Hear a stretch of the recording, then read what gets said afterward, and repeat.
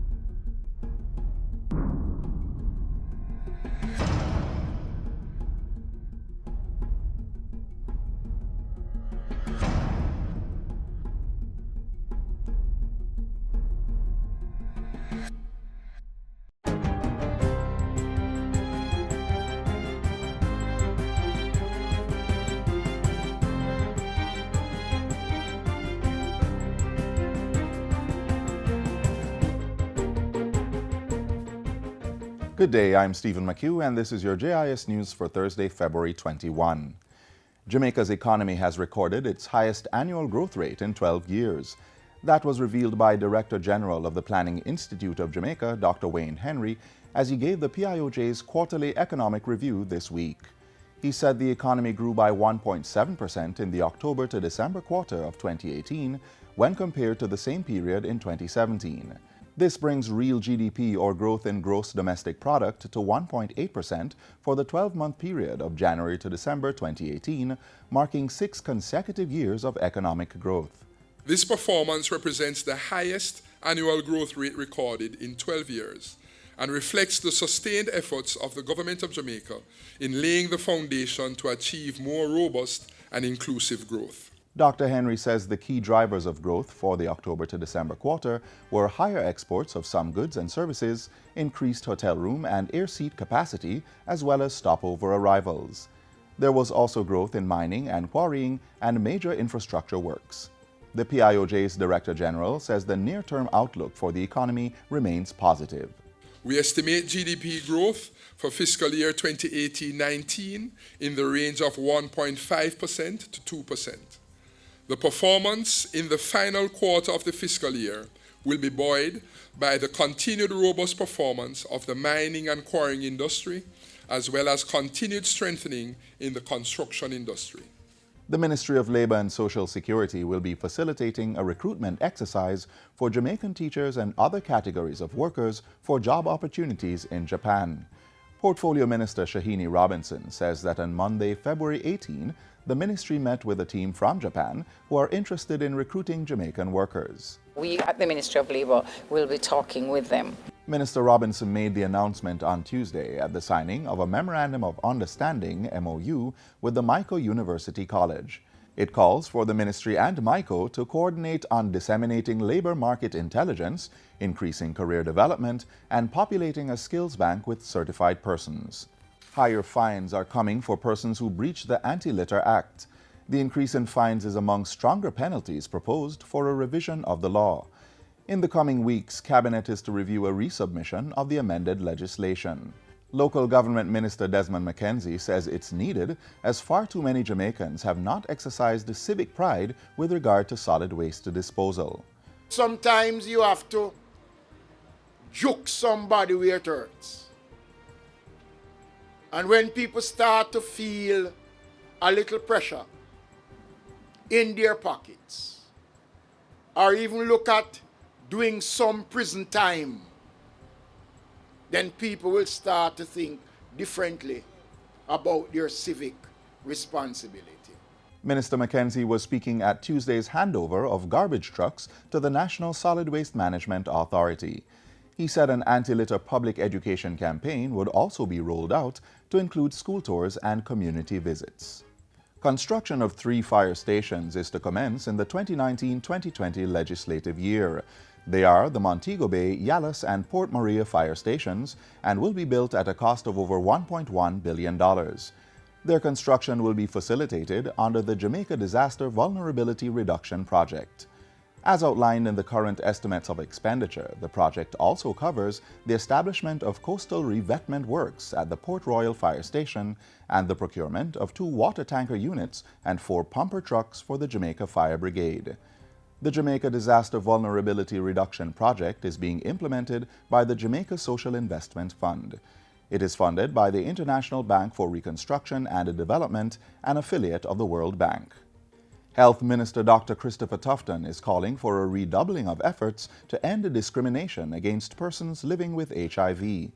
Dr. Tufton made the call at a function this week where he pointed out that while some groups were more vulnerable to contracting the disease, anyone could become a victim of the virus. He said the ministry was committed to dealing with discrimination of persons affected by HIV. No patient seeking advice or treatment should be denied access to our public health facilities in any of those facilities across the country. I place that on record. HIV patients should be treated no differently from persons with diabetes or hypertension or any other such disease. And anytime we identify, if we are able to identify that discrimination is being applied, we will take the strongest possible action. The health minister was giving the keynote address at the official opening of the AIDS Healthcare Foundation's Medical Center on Hagley Park Road in St. Andrew. He also signed a new 10-year Memorandum of Understanding through which the ministry and the foundation will collaborate to offer expanded services at 3 regional health authorities. And finally, Entertainment Minister Olivia Grange says the Reggae Films in the Park initiative has launched preparations to establish a new digital reggae film archive at the National Library of Jamaica. All these films will be made available there. People will be able to go and view those films. And certainly students who are doing their research will find these films, information containing these films, very, very informative. Minister Grange made the announcement at a JIS think tank this week. She says this is a big step towards preserving Jamaica's cultural heritage and reggae history on film. Reggae in the Park is produced by the ministry in collaboration with the National Library of Jamaica and the Jamaica Reggae Industry Association. It forms part of this year's Reggae Month celebratory activities. And that's it for JIS News Today. I'm Stephen McHugh. Thanks for watching.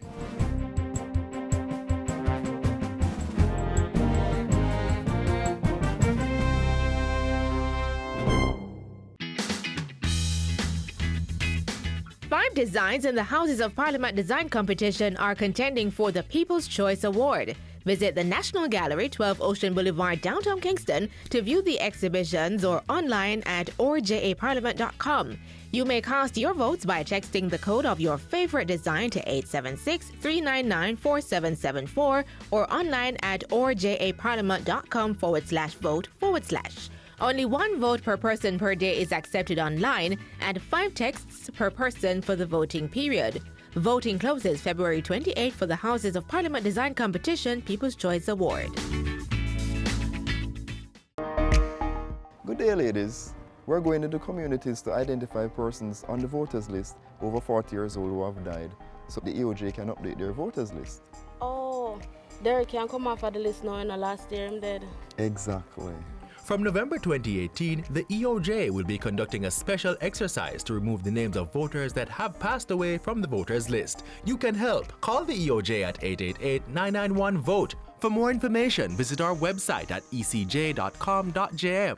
On February 26, over 41,000 students will sit the ability test component of the PEP exam. It's the first sitting, and the Ministry of Education tells us just how prepared it is for this day.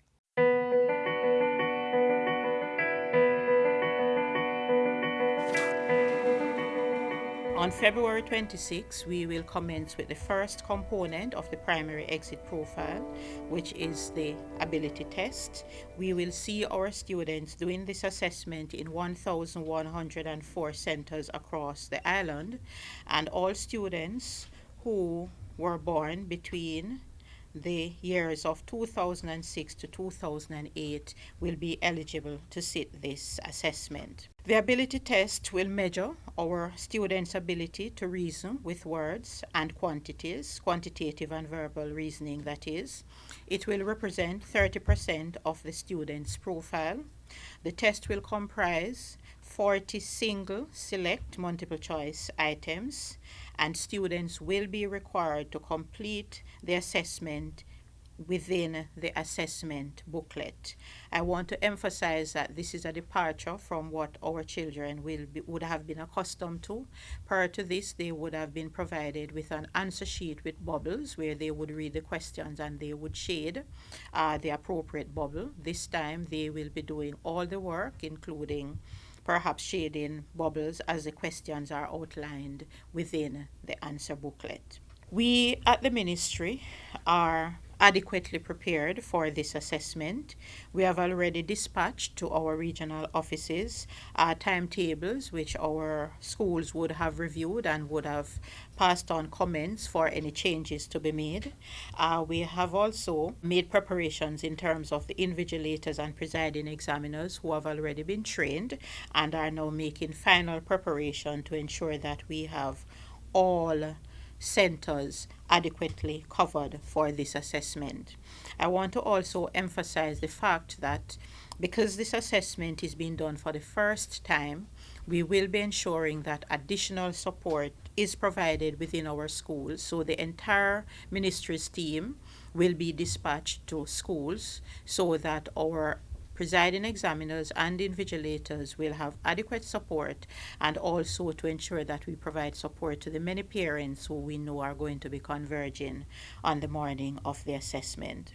So for this year, we have a total of 41,423 of our students are registered, 20,891 males and 19,313 females. We have a total of 1,219 who have asked to be deferred from the assessment.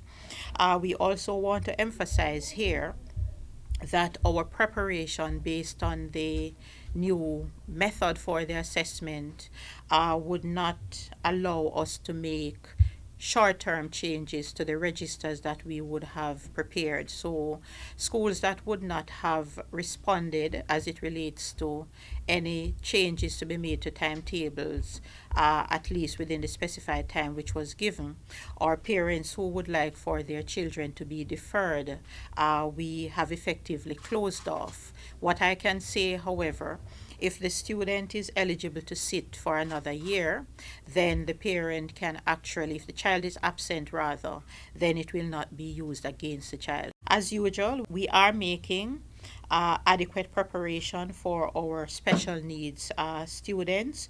We have a total of 304 students who have submitted their psychoevaluation report, and recommendations are being made for the support as is needed to be provided. And of course, support can be provided in terms of readers, writers, just someone to be there to provide that kind of moral support that is needed. And support can also be provided by way of providing extra time, additional time for them to complete the assessment. So we would like to assure all our teachers, all our parents, all our schools administrators, and all our children that we are looking forward to an excellent assessment day. There is really nothing to worry about, and we know that the students are going to get an opportunity to demonstrate on paper what they would have been learning over the years.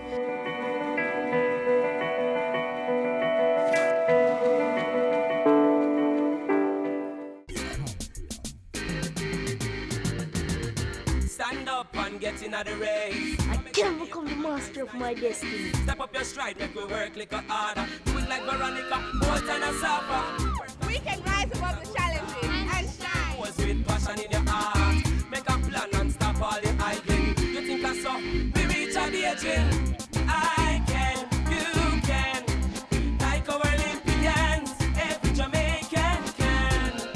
you no want pop down and fenke, you fi burn mosquito and run with dengue. So no make water settle in open container. For them we read up under the danger. Usher them out, run them away. Slap them with the zapper and down them with spray. Use mosquito net and mosquito screen. Protect your household, now make them come in. If you no want pop down and fenke, if you burn mosquito and run with dengue. If pain lick your head and your joints and your eye, and you want fever meat and your temperature high, it could be dengue, don't hesitate. See a doctor, don't self-medicate. For some painkiller can make you bleed and you will try to recover and no succeed. We no want pop down and fenke. With a burn mosquito and run with dengue. A message from the Ministry of Health. Now that the big day of PEP is 1, 2, 3, 4 days away, what advice can you give our students and parents? Manager of the Student Assessment Unit within the Ministry of Education, Terry and Thomas Gale, shares a few.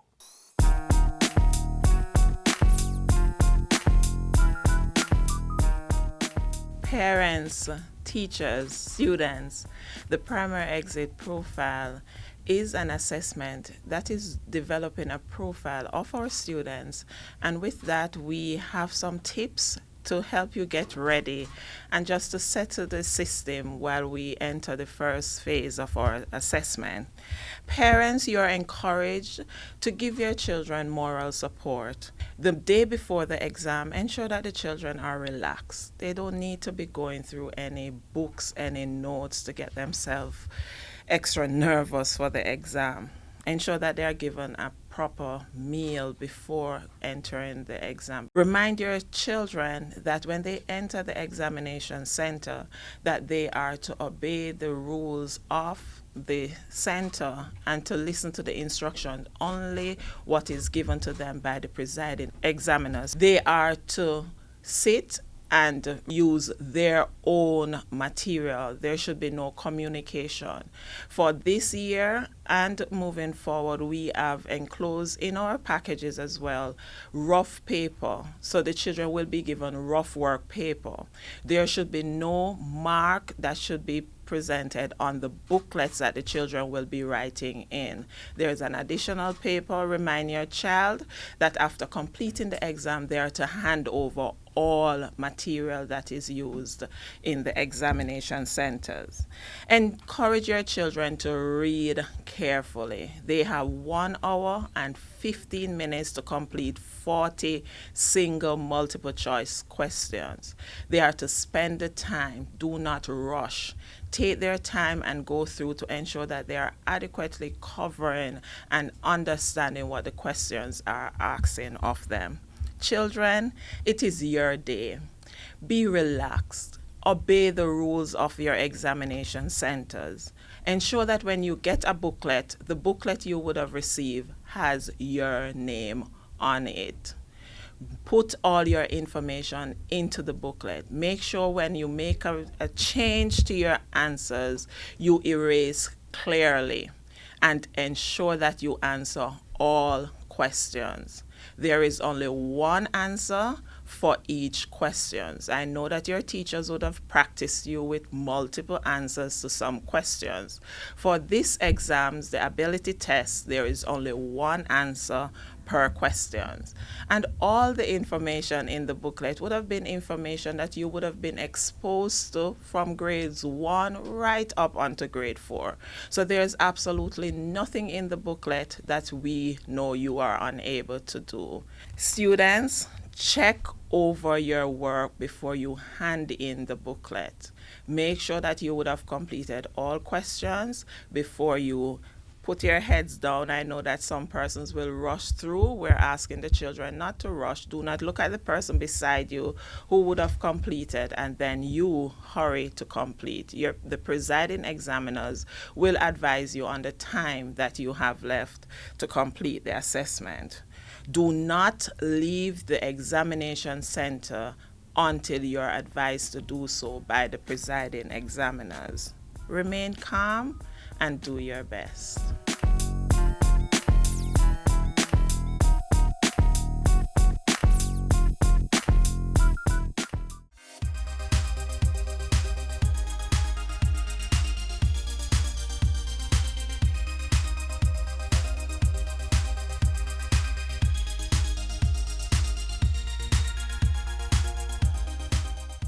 Do you have a loved one, friend, or client who passed away since 1998? The Electoral Office of Jamaica needs your help to update the voters list with information for these persons, government agencies, churches, insurance companies, hospitals, and funeral homes, and you, the public. We want you to provide us with the records to confirm the status of these persons. Call the EOJ at 888-991-VOTE or visit the nearest EOJ office. For more information, visit our website at ecj.com.jm. Up next, we look at the advancements in sport medicine, where athletes have more options in the event of injury.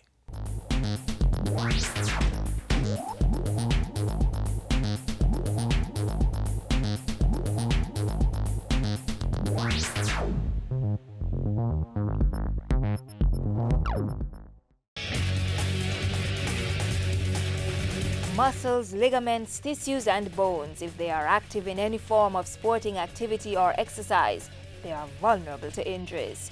When this happens, sports medicine is administered, and increasingly this service is getting more high-tech.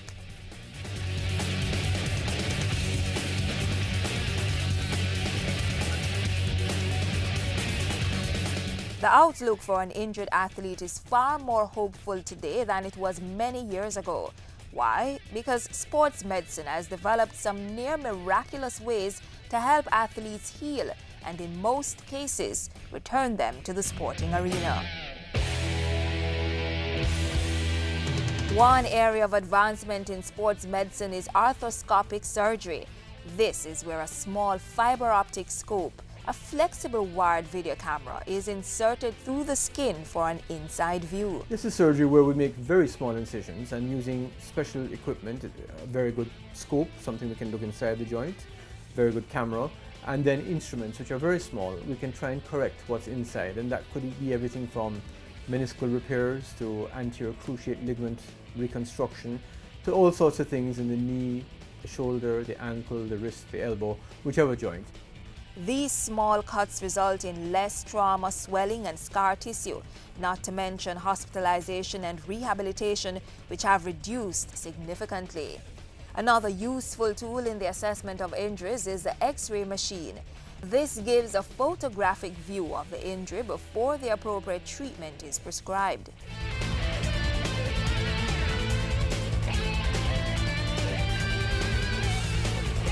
With most injuries, early mobilization, that is, getting the injured part moving as soon as possible, will speed up the healing process. This usually starts with gentle range of motion exercises, which brings us to the physical or hands-on approach to sports medicine, referred to as rehabilitation treatment. Special techniques are applied to observe how the joint moves in range and flexibility, as well as the function of each muscle and how they work together. It also involves a physiotherapist stretching the tendons and muscles if they are too tight. The aim? To get the injured athlete aligned, balanced, flexible, and strong enough to perform. Massage is another form of physical therapy which involves pressing or rubbing to soothe tense muscles and increase blood flow to the injured area.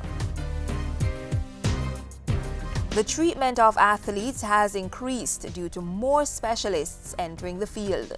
In Jamaica, a leader in that area is the University of the West Indies, which now has specialized programs to train sports doctors and physiotherapists from Jamaica and the region. And to that extent, you will notice that there are teams which are touring the Caribbean who will preferentially have their treatment done in Jamaica, mostly at the University Hospital. And you'll also notice that a lot of the Jamaican athletes are actually getting their treatment, and athletes throughout the Caribbean are coming for their treatment in Jamaica. Exercise is vital to our physical health, and for athletes it is fulfilling to do what they love. But more important, it is comforting to know that when an injury occurs, the technology to bring about healing is available.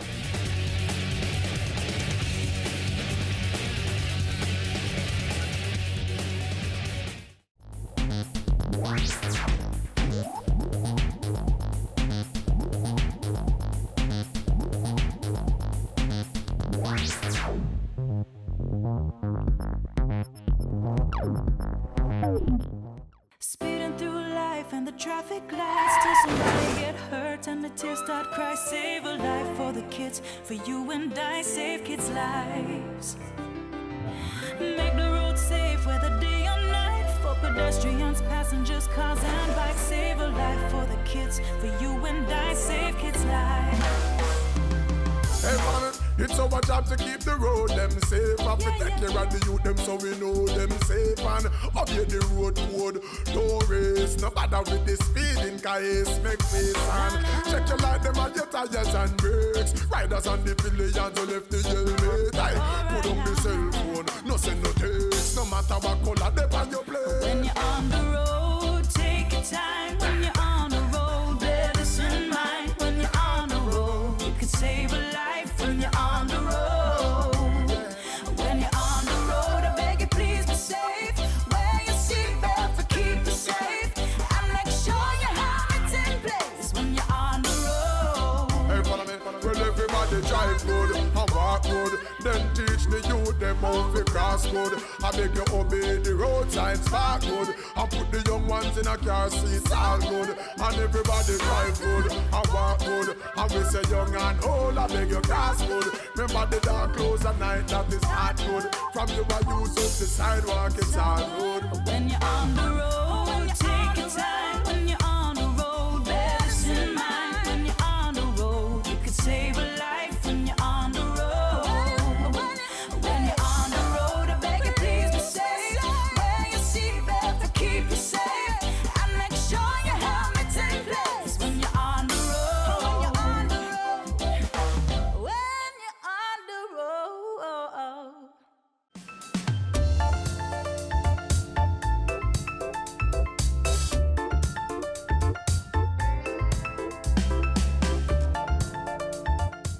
As we close today's show, we ask that you stay connected via our website, gis.gov.jm.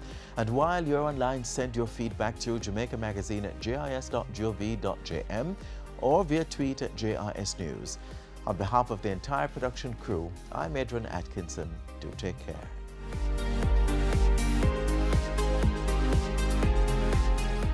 This has been a production of the Jamaica Information Service, the voice of Jamaica.